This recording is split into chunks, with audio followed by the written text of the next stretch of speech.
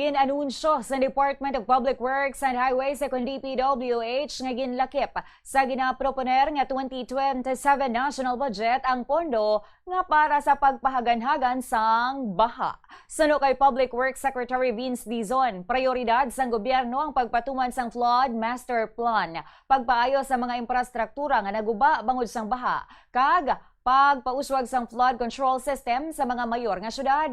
Lakip sa mga intervention, suno kay Secretary Dizon ang pagkaayos sang drainage system, paglimpyo kag dredging sa mga suba kag waterways, pagtukod sang pumping stations kag iban pa nga flood mitigation infrastructure. Suno sa Tiglikom, nagapanguna man nga pagatutukan ang pagpatuman sang flood management master plan sa nagkalain-lain nga lugar sa bilog nga pungsod. Prioridad man sang gobyerno suno sa iya ang pag-rehabilitate sa mga flood mitigation infrastructure nga naguba sa nagligad nga tuig. Lakip sa mga lugar nga ginaprioridad suno sa Tiglikom ang Metro Manila, Cavite, Laguna, Bulacan, Cebu, kag iban pa nga mga lugar sa pungsod nga masami naka-eksperyensya sang baha.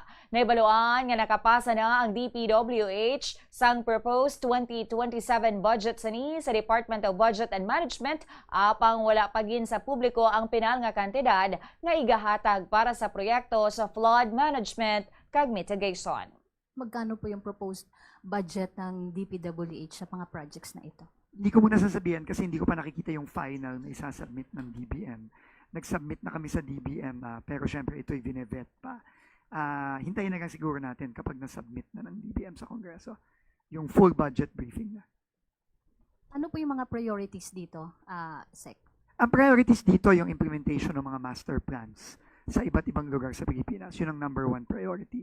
And priority din dito yung pagsasaayos ng mga nasira no, nitong mga nakaraang taon. No? So, and kasama na rin dyan yung mga improvement sa mga urban centers tulad ng NCR, Cavite, Laguna, Bulacan, and Cebu, and other urban centers sa buong Pilipinas. Si Secretary Vince Dizon sa pagpamangkot ni Bombo Ann Soberano.